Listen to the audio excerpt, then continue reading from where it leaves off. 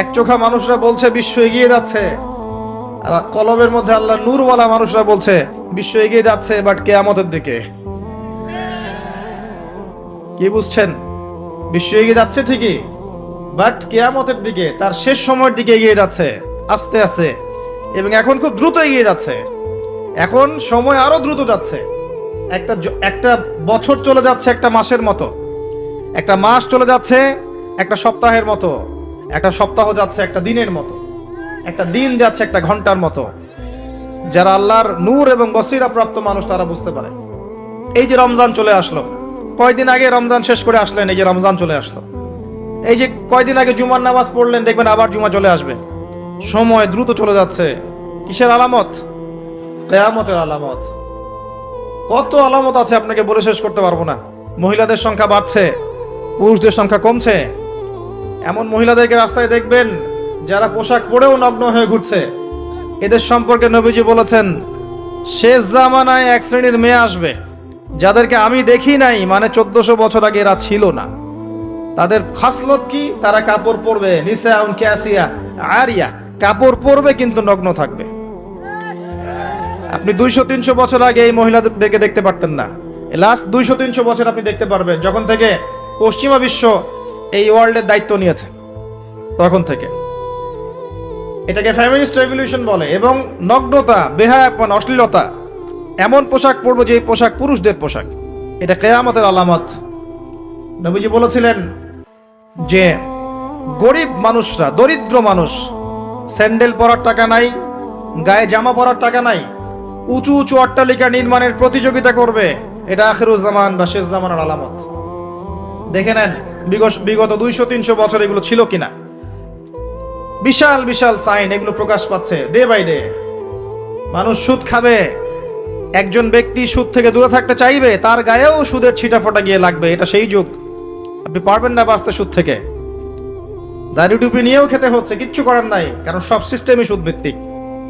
হয় খাচ্ছেন, না হলে দিচ্ছেন, না হলে সাক্ষী থাকছেন, না হলে লিখে রাখছেন, কিছু না কিছু করছেন। মানুষ মাদক খাবে, মাদককে হালাল মনে করে খাবে। মানুষ জেনা করবে, জেনাকে হালাল মনে করবে, হারাম মনে করবে না। মানুষ হত্যা করবে, যাকে হত্যা করবে সে জানবে না কেন হত্যা করছি, আর যে মারা যাবে সেও বুঝবে না কি জন্য আমাকে মারলো। পিতামাতার সাথে দাস দাসীর মতো আচরণ করা হবে, পিতামাতার সাথে দাস দাসীর মতো আচরণ করা হবে। সম্পদের জন্য সন্তান মাকে হত্যা করবে, বাবাকে হত্যা করবে। দুই চোখওয়ালা মানুষরা বুঝতে পারে এগুলো হচ্ছে, দিন দিন বাড়ছে, সময় সংক্ষিপ্ত হয়ে আসছে। আল্লাহ পাকের আযাব গজব বাড়ছে, আসমানি গজব বাড়ছে, জমিনের বালা বাড়ছে, ভূমিকম্প বাড়বে, ডে বাই ডে ভূমিকম্প বাড়বে। এবং 3টা বড় বড় ভূমিকম্প অপেক্ষা করছে আমাদের সামনে। একটা পৃথিবীর পূর্ব দিকে, একটা পশ্চিম দিকে, আমার ধারণা এটা পশ্চিমা সভ্যতায় হবে, আর একটা হচ্ছে পৃথিবীর মাঝখানে। কিছু মুনাফিককে আল্লাহ পাক ধসিয়ে দিবেন আরবের মধ্যে, আর ওখানেও কিছু মুনাফিক আছে। এটা বুঝতে হলে আপনাকে জিওপলিটিক্স বুঝতে হবে।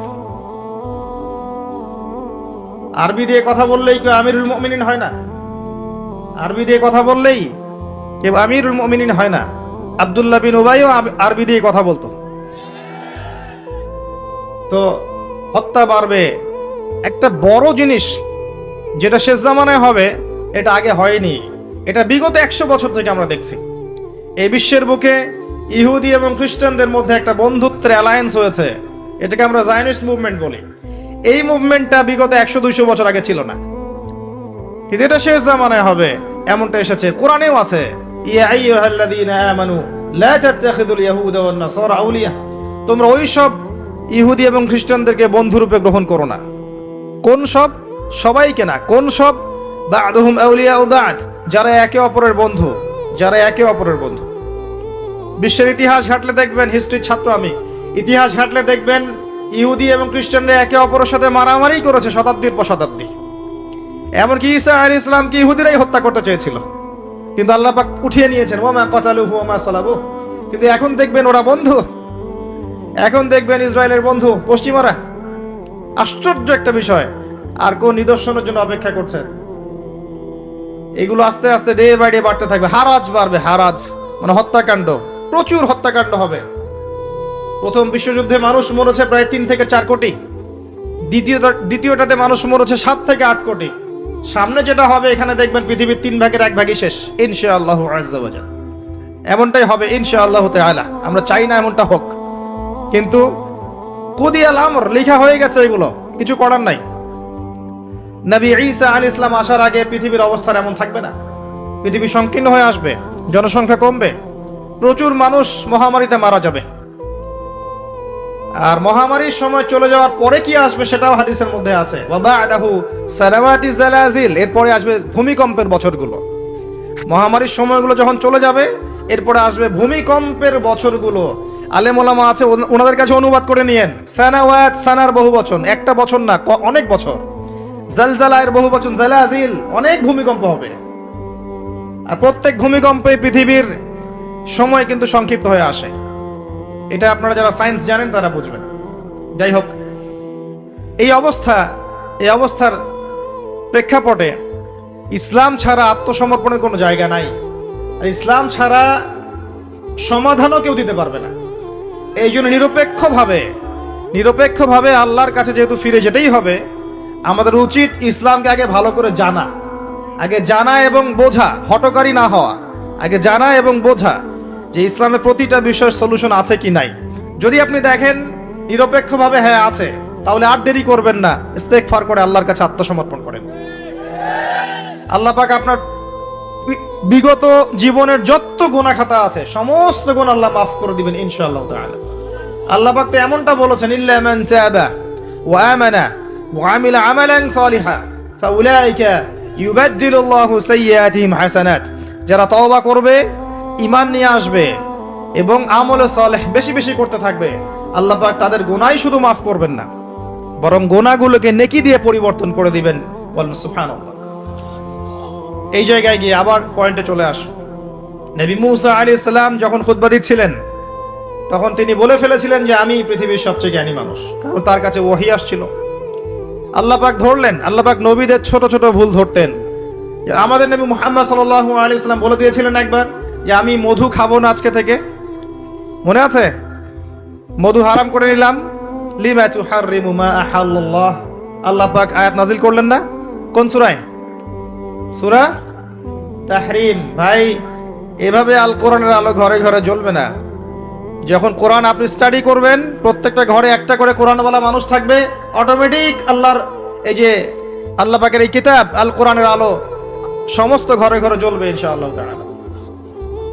কোরআন পড়ার লোক তো লাগবে, কোরআন পড়ার মানুষ তৈরি করতে হবে। প্রত্যেক ঘরে ঘরে একটা করে মানুষ তো চাই যে কোরআন গবেষণা করতে পারে। তখন দেখবেন অটোমেটিকলি কোরআনের আলো ঘরে ঘরে জ্বলে যাবে ইনশাআল্লাহ তাআলা। আবেগ দিয়ে হয় না, আবেগ দিয়ে কোনো কিছু হয় না। যারা ইসলামের বিরুদ্ধে কাজ করছে এরা আবেগ দিয়ে কাজ করছে না, বিবেক দিয়ে কাজ করছে। আমরা আবেগী জাতি, আমরা আবেগী জাতি না, আমরা আবেগী জাতি, খুব আবেগ আমাদের। দিনের পিছনে আবেগ ভালো জিনিস, কিন্তু আবেগ দিয়ে দিন প্রতিষ্ঠা হয়নি কখনো। নবী সাল্লাল্লাহু আলাইহি ওয়াসাল্লাম হিকমা দিয়ে, বুদ্ধি দিয়ে, কৌশল দিয়ে ধীরে ধীরে বেসিক ঠিক করে আস্তে আস্তে আস্তে আস্তে ইসলামকে এগিয়ে নিয়ে গেছেন। 23 বছর সময় লেগেছে। কত বছর? কখনো অত্যাচার সহ্য করতে হয়েছে, করেছেন। কখনো মার খেতে হয়েছে, খেয়েছেন। কখনো গালি খেতে হয়েছে, খেয়েছেন। কখনো সমালোচনা সহ্য করতে হয়েছে, করেছেন। কখনো দেশ থেকে চলে যেতে হয়েছে, চলে গিয়েছেন। হাল ছেড়ে দেন নাই, ধীরে ধীরে ইসলামকে নিয়ে এগিয়ে গেছেন। একদিনে তো দিন কায়েম হয়নি, হয়েছে? নবী ঈসা আলাইহিস সালাম যখন আসবেন তিনিও একদিনে দিন কায়েম করবেন না, অনেক চড়াই উতরাই পেরিয়েই ইনশাআল্লাহ তাআলা জেরুজালেম থেকে তিনি পুরো বিশ্বে ইসলামী খেলাফা কায়েম করবেন ইনশাআল্লাহ। তার আগ পর্যন্ত এভাবে গ্লোবালি কিছু হবে এটা আমার মনে হয় না। আমি স্টাডি করে যা মনে হচ্ছে আমার কাছে মনে হয় না যে গ্লোবালি তার আগে কিছু হবে। ক্ষুদ্র পরিসরে বা ব্যক্তিগতভাবে বা সামাজিকভাবে ছোট ছোট ক্ষেত্রে কিছু হতে পারে, কিন্তু বড় পরিসরে মনে হচ্ছে না যে এত সময় আমাদের হাতে বাকি আছে। আল্লাহ রাব্বুল আলামিন ভালো জানেন, ইল্লা মাশাআল্লাহ। নবী মুসা আলাইহিস সালাম যখন এই কথা বলছেন, আল্লাহ পাক ধরে ফেলেছেন। তিনি বলছেন, আমার একজন বান্দা আছে যার নাম খিদর আলাইহিস সালাম। খিদর মানে শ্যামল বা সবুজ। তিনি যেখানে বসতেন ওই জায়গাটা সবুজ হয়ে যেত। একটা রুক্ষ জায়গায় তিনি বসলে ওই জায়গা সবুজ হয়ে যেত। তিনি বললেন, খিদির তোমার চেয়ে বেশি জ্ঞানী মানুষ। নবী মুসা আলাইহিস সালাম বললেন, আমি তার সাথে মিট করতে চাই, আমি তার সাথে দেখা করতে চাই, আমি তার কাছে জ্ঞান শিখতে চাই। তিনি এগিয়ে গেলেন জ্ঞান শেখার পথে। একজন সাথীকে সঙ্গে দিলেন, তার নাম ইউশা বিন নুন। এগিয়ে গেলেন, যেতে যেতে তাকে বলে দেওয়া হয়েছিল, এই মাছটা যেখানে গিয়ে জীবিত হয়ে যাবে সেখানেই তুমি তাকে পাবে, যেখানে দুইটা সাগর একসাথে মিলিত হবে সেখানে তুমি তাকে পাবে।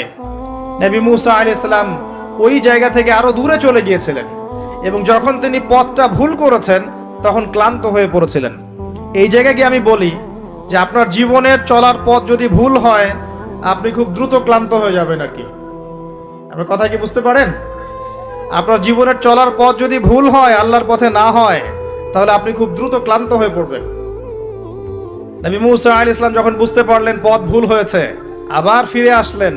এসে দেখলেন পাথরের উপরে, শিলাখণ্ডের উপরে সেই ব্যক্তি বসে আছেন, তার নাম খিদির আলাইহিস সালাম। যে পৃথিবীর সবচেয়ে জ্ঞানী মানুষ, তার চরিত্র হওয়া দরকার ওই শিলার মতো। এটার একটা নিদর্শন। তিনি পাথরের উপর বসেছিলেন। খিদির আলাইহিস সালাম, নবী মুসা আলাইহিস সালাম বললেন, আমি আপনার কাছে জ্ঞান শিখতে চাই।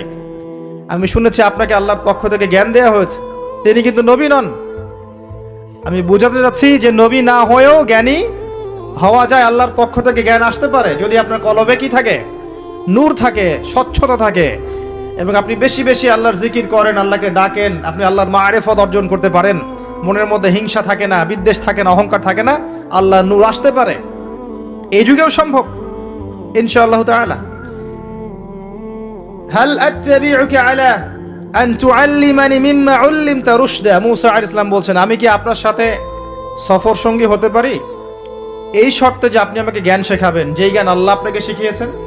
এবার খিদির আলাইহিস সালাম বলছেন, ইন্নাকা লা তাস্তাতিআ মাইয়া সাবরা, তুমি তো আমার সাথে ধৈর্য ধরতে পারবে না। সুবহানাল্লাহ। একজন নবীকে বলছেন, একজন নবীকে একজন মানুষ বলছেন, তুমি তো আমার সাথে ধৈর্য ধরতে পারবে না। আপনি মনে করেন একটা স্কুলের টিচার 100টা বাচ্চাকে পড়াচ্ছেন, পরীক্ষার আগে আপনি বলে দিলেন যে 1 বছর আমি তোমাদেরকে পড়িয়েছি, তুমি অমুক আব্দুল্লাহ ফার্স্ট হতে পারো, আর তুমি আব্দুর রহমান তুমি ফার্স্ট হতে পারবে না, তুমি হবে লাস্ট। আপনার অভিজ্ঞতা, আপনি 1 বছর পড়িয়েছেন, আপনি দেখলেন রেজাল্ট ঠিক তাই হলো, আব্দুল্লাহ ফার্স্ট হয়েছে, আব্দুর রহমান লাস্ট হয়েছে। এর মানে কি এই টিচার গায়েব জানে? গায়েব জানে? তার ইলম, তার প্রজ্ঞা, তার অভিজ্ঞতা। নবী মুসা আলাইহিস সালামকে বলছেন তিনি, খিদির আলাইহিস সালাম, ইন্নাকা লান তাস্তাতিআ মাইয়া সাবরা, তুমি আমার সাথে ধৈর্য ধরতে পারবে না। মানে গল্পের শেষে আপনি গিয়ে দেখবেন তিনি আসলেই ধৈর্য ধরতে পারেন নাই। তো মুসা আলাইহিস সালাম বলেন, ইনশাআল্লাহ আমি ধৈর্য ধরব, আমি ধৈর্য ধরব ইনশাআল্লাহ, এবং আমি আপনার কাজে কোনো বিঘ্ন সৃষ্টি করব না। আচ্ছা ঠিক আছে, চলো। গল্প অনেক বড়, আমি সংক্ষেপে বলছি। 3টা ঘটনা ঘটেছে। একবার নৌকা ফুটা করে দিয়েছেন খিদির আলাইহিস সালাম, দ্বিতীয়বার একজন বালককে হত্যা করেছেন, আর তৃতীয়বার একটা দেয়ালকে নির্মাণ করেছেন, দেয়ালটা পড়ে গিয়েছিল, কোনো পারিশ্রমিক নেননি, ফ্রি অফ কস্ট দেয়াল নির্মাণ করেছেন। নবী মুসা আলাইহিস সালাম প্রত্যেকবার বলছেন যে আপনি এই কাজটা কেন করলেন, আপনি এই কাজটা কেন করলেন, বারবার জিজ্ঞাসা করছেন, ইন্টারফেয়ার করছেন। এবং খিদির আলাইহিস সালাম বলছেন, আমি কি বলিনি তোমাকে, আলাম আকুল লাক ইন্নাকা লান তাস্তাতিআ মাইয়া সাবরা। এক পর্যায়ে যখন তিনি তৃতীয় প্রশ্নের উত্তর দিতে পারলেন না, সবর করতে পারলেন না, তখন খিদির আলাইহিস সালাম বলেন, হাযা ফিরাকু বাইনি ওয়া বাইনাক, এই হচ্ছে তোমার আমার পার্থক্য, আর একসাথে চলা হলো না। তবে যাওয়ার আগে আমি তোমাকে জানিয়ে দেব কেন আমি এই কাজগুলো করেছি। ওই নৌকা ফুটা না করলে, ওই নৌকার পিছনে জলদস্যু ছিল, ভালো নৌকা হলে নিয়ে চলে যেত। আমি ওই ব্যক্তির ক্ষতি করিনি, বরং উপকার করেছি নৌকা ফুটা করে দিয়ে। ওই বাচ্চাকে হত্যা না করলে, ওই বাচ্চার পিতা মাতা ছিল বড় আলেম, বড় আল্লাহওয়ালা, এই বাচ্চা বড় হলে নিজেও কাফের হতো, বাপ মাকেও কুফরিতে নিয়ে যেত। অনেকটা আমাদের নাস্তিক প্রজন্মের মতো আর কি। তিনি হত্যা করেছেন, আল্লাহর আদেশে হত্যা করেছেন। আর ওই যে দেয়াল নির্মাণ করেছি, এই দেয়ালের নিচে ছিল 2 জন এতিম বালকের রেখে যাওয়া পৈতৃক সম্পত্তি। তার বাবা মা রেখে গিয়েছিল সোনার কয়েন, রূপার কয়েন, এইগুলো মাটির নিচে ছিল। তারা বড় হয়ে যেন এটা পায়, অন্য কেউ সিজ করতে না পারে, এই জন্য আমি এখানে দেয়াল নির্মাণ করেছি, কোনো পারিশ্রমিক নেই নাই। বাই দ্য ওয়ে, সোনার কয়েন আর রূপার কয়েনের কথা কোরআনে আছে, দিনার আর দিরহামের কথা কোরআনে আছে, যদিও বিশ্ব ব্যবস্থায় নাই। বিশ্ব ব্যবস্থার IMF নামে একটা সংগঠন আছে, ইন্টারন্যাশনাল মনিটারি ফান্ড, তারা আইন করে সোনার কয়েন আর রূপার কয়েনকে হারাম করে দিয়েছে। আপনি কি সেটা জানেন যে পশ্চিমারা সোনার কয়েন আর রূপার কয়েনটাকে হারাম করেছে অর্থনীতি থেকে? Ban, totally ban.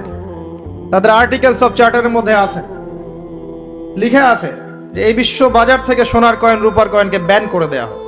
কেউ যদি আল্লাহর হালালকে হারাম করে তাকে আমরা কি বলতে পারি? কেউ যদি আল্লাহর হারামকে হালাল করে আর আল্লাহর হালালকে হারাম করে নেয় তাকে আমরা কি বলতে পারি? আর এই পাপটার নাম কি? সূরা তাওবার 31 নম্বর আয়াত অনুযায়ী এই পাপটাকে বলা হয় শিরক। জি, সূরা তাওবার 31 নম্বর আয়াত অনুযায়ী এই পাপটাকে বলা হয় শিরক। কে অধিকার দিল মানুষকে আল্লাহর হালালকে হারাম করার? একটা কয়েনের মধ্যে ইন্ট্রিনসিক ভ্যালু থাকে, অন্তর্নিহিত মান থাকে। এখানে যতটুকু সোনা আছে এতটুকুই আছে, এর ইন্ট্রিনসিক ভ্যালু আছে, অন্তর্নিহিত মান আছে। আজীবনে এই মান কমে যাবে না ইনশাআল্লাহ তাআলা, বরং বাড়বে। আপনার কাছে যা দিয়েছে তারা এটা হারাম করার পরে এটার মান দিন দিন বাড়ে না, বরং দিন দিন কমতে পারে। এতে করে আপনি আপনার শ্রম হারাচ্ছেন, আপনি শ্রম দিয়ে টাকা আর্ন করছেন। সেই কঠোর পরিশ্রমের টাকার মান যখন কমে যায় তখন আপনার শ্রমটাও চলে যায়। কেউ আপনার শ্রমটা চুরি করে খেয়ে ফেলে। শুধু ব্যক্তির পর্যায়ে না, বড় বড় রাষ্ট্রকে তারা দেউলিয়া করতে পারে, করেছে হিস্ট্রিতে। যাই হোক, ওইদিকে আমি যাচ্ছি না। তবে কোরআনে যে দিনার দিরহামের কথা আছে এটা জেনে রাখেন। অ্যাটলিস্ট কিছু করতে পারবেন না আমি জানি, বাট জেনে রাখেন। জানতে দোষ আছে? জানতে কোনো দোষ আছে? কিছু করার নাই, কিন্তু জানতে দোষ আছে? আচ্ছা, জেনে রাখেন। এরপরে নবী মুসা আলাইহিস সালাম 3টা উত্তর পেয়ে গেলেন। এখন এই যে ঘটনাটা আপনাকে বললাম সূরা কাহফের মধ্যে আছে, এখানে খিদর আলাইহিস সালাম কি এক চোখ দিয়ে দেখেছেন না 2 চোখ দিয়ে দেখেছেন? নবী মুসা আলাইহিস সালাম বাইরের চোখ দিয়ে দেখছেন, এটা কেন করলেন, এটা কেন করলেন, এটা কেন করলেন। এর পিছনের কারণটা কিন্তু তিনি ধরতে পারেন নাই। নবী হয়েও ধরতে পেরেছেন কে? খিদর আলাইহিস সালাম। তার মানে আল্লাহর পক্ষ থেকে জ্ঞান যখন আপনার কাছে আসবে, আপনার কলবে আল্লাহ নূর আসবে, হিকমা এবং প্রজ্ঞা আসবে, আপনি অনেক দূর পর্যন্ত দেখতে পারবেন ইনশাআল্লাহ তাআলা। এটা সাধারণ মানুষ পারবে না।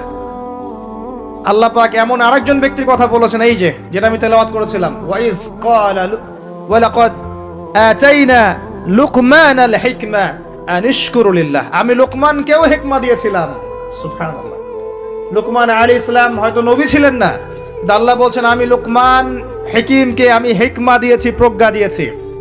3 জন ব্যক্তির জন্য জান্নাতের একটা সুসংবাদ আছে, জান্নাতে বড় মর্যাদা আছে।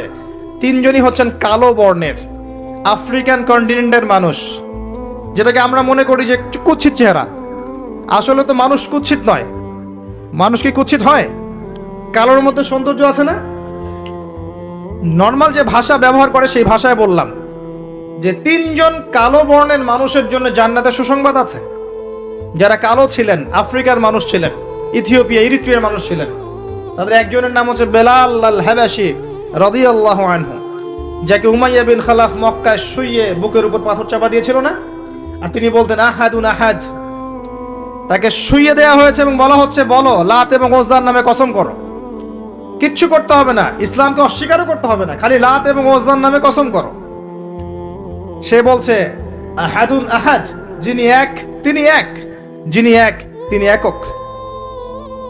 অত্যাচার করা হচ্ছে, নির্যাতন করা হচ্ছে, তিনি একটা কথাই বলছেন আহাদুন আহাদ, যিনি এক তিনি এক। আল্লাহ পাকের কাছে এত ভালো লেগেছে এই কথাটা, আল্লাহ সূরা নাজিল করেছেন কুল হুয়াল্লাহু আহাদ, বলুন তিনি আল্লাহ এক। সুবহানাল্লাহ। বেলাল রাদিয়াল্লাহু আনহুকে যেই মক্কায় নির্যাতন করা হয়েছে, ওই মক্কায় মক্কা বিজয়ের দিন তিনি কাবা ঘরের ছাদে উঠে আজান দিয়েছেন। সুবহানাল্লাহ। আল্লাহ পাক এইভাবে দিন পরিবর্তন করে দেন। আল্লাহ পাক দিন সবসময় একরকম রাখেন না। আজকে যাকে নির্যাতন করা হচ্ছে, নিপীড়ন করা হচ্ছে, যদি সে হকপন্থী হয়ে থাকে, দেখবেন আল্লাহ পাক তাকে ওই জায়গায় সম্মানিত করে দিবেন ইনশাআল্লাহ। এটা আল্লাহ সুন্নাহ, আল্লাহ পাক করেছেন হিস্ট্রিতে যুগে যুগে। আরেকজন হচ্ছেন বাদশা নাজাশি। এটাকে যার রাষ্ট্রে মুসলিমরা আশ্রয় নিয়েছিল হিজরত করে, আবিসিনিয়ার বাদশা নাজাশি, মনে আছে? সিরাত পড়েছেন? আচ্ছা। আরেকজন হচ্ছে লুকমান হাকিম আলাইহিস সালাম, তার উপরেও জান্নাতের বড় মর্যাদা আছে। তাকে অপশন দেয়া হয়েছিল নবুয়ত নিবেন নাকি প্রজ্ঞা নিবেন। তিনি নবুয়তের দায়িত্বটাকে ভারী মনে করেছেন এবং প্রজ্ঞাটাকে সহজ মনে করেছেন এবং প্রজ্ঞাটাকে তিনি বেশি বেশি নেয়ার জন্য আল্লাহর কাছে দোয়া করেছেন। আল্লাহ রাব্বুল আলামিন তাকে প্রজ্ঞা নাজিল করেছেন, প্রজ্ঞা দিয়েছেন। আসেন তিনি কি বলছেন এবং একজন প্রজ্ঞাবান মানুষের আচরণ কেমন হওয়া উচিত। তিনি আল্লাহ পাক বলছেন, ওয়ালাকাদ আতাইনা লুকমানাল হিকমা, আমি লোকমানকে হিকমা এবং প্রজ্ঞা দিয়েছি, আমার পক্ষ থেকে জ্ঞান শিক্ষা দিয়েছি। আনিশকুরু লিল্লাহ, জ্ঞানের প্রথম কাজটা হচ্ছে হে লোকমান তুমি আল্লাহর শুকরিয়া আদায় করবে। সুবহানাল্লাহ, একজন জ্ঞানী মানুষ আল্লাহর শুকরিয়া আদায় করে। ওয়া মান ইয়াশকুর ফাইন্নামা ইয়াশকুরু লিনাফসি, যে ব্যক্তি আল্লাহর শুকরিয়া আদায় করে সে নিজের নফসের ভালোর জন্যই সেটা করে। আল্লাহ পাক অন্য আয়াতে বলেছেন, লা ইন শাকারতুম লা আযীদান্নাকুম, যদি তোমরা আল্লাহর শুকরিয়া আদায় করো আমি তোমাদের প্রতি আমার নেয়ামতকে কি করব, বাড়িয়ে দেব।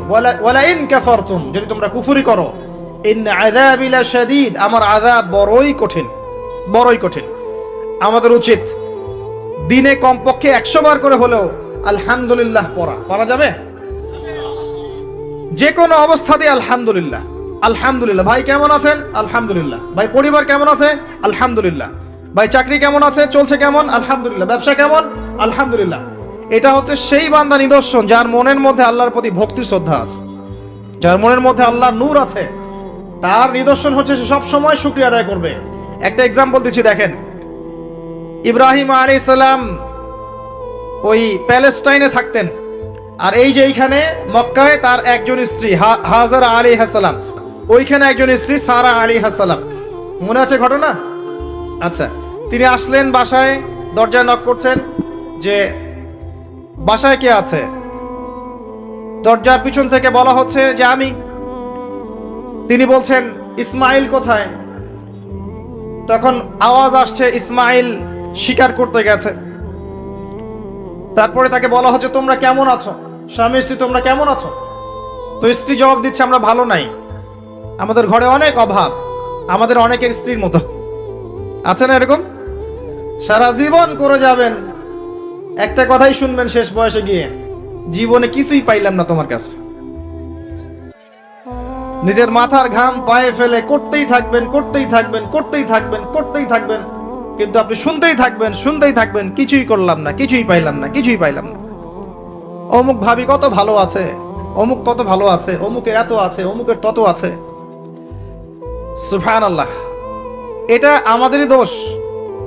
কারণ বিয়ে করার সময় যারা দিনদারিতা না দেখে শ্বশুরের সম্পত্তি দেখবেন, সৌন্দর্যকে বেশি প্রাধান্য দিবেন, নিজের হারাম প্রেমকে বেশি প্রাধান্য দিবেন, নিজের ওই বংশমর্যাদা ইত্যাদি ইত্যাদিকে বেশি প্রাধান্য দিবেন, তখন তো আফসোস করতেই হবে, কিছু করার নাই।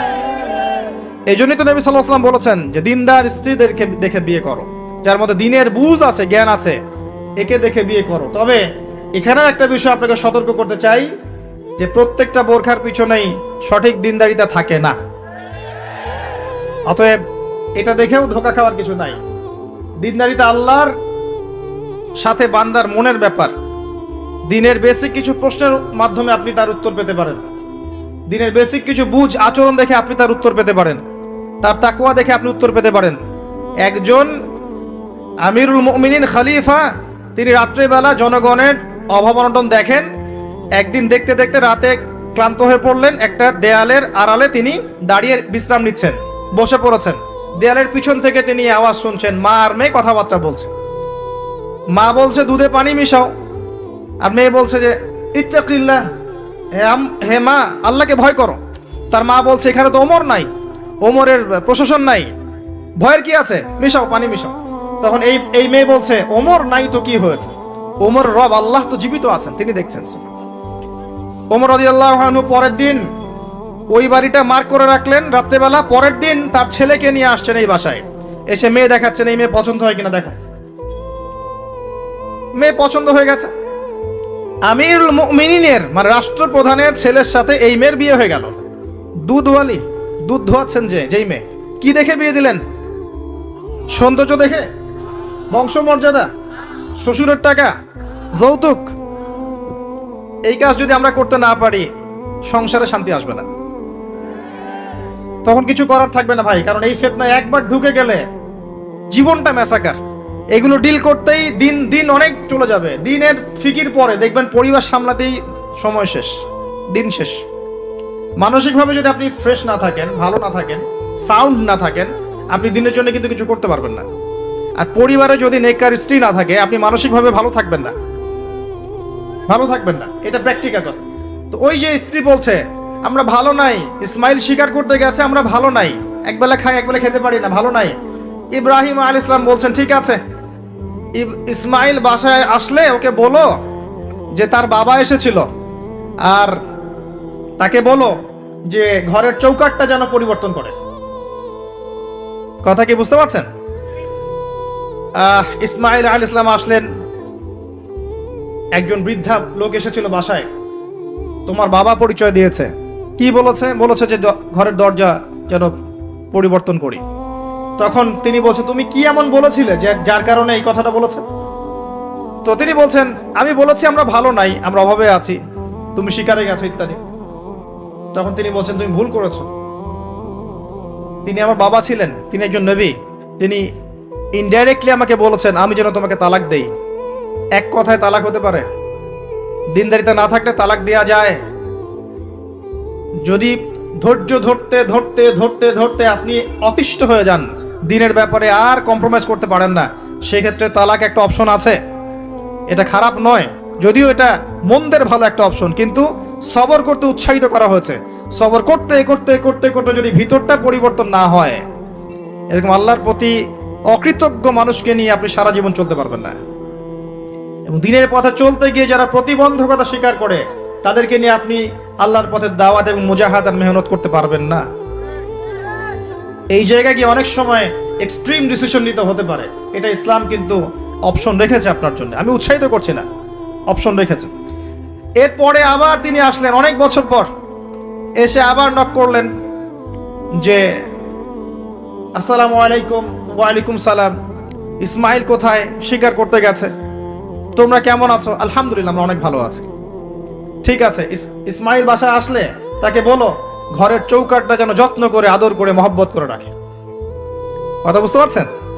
এবার ইসমাইল আলাইহিস সালাম আসলেন বাসায়, তার স্ত্রী জিজ্ঞাসা করছে, একজন বৃদ্ধা এসেছিলেন, তোমার বাবা পরিচয় দিয়েছেন।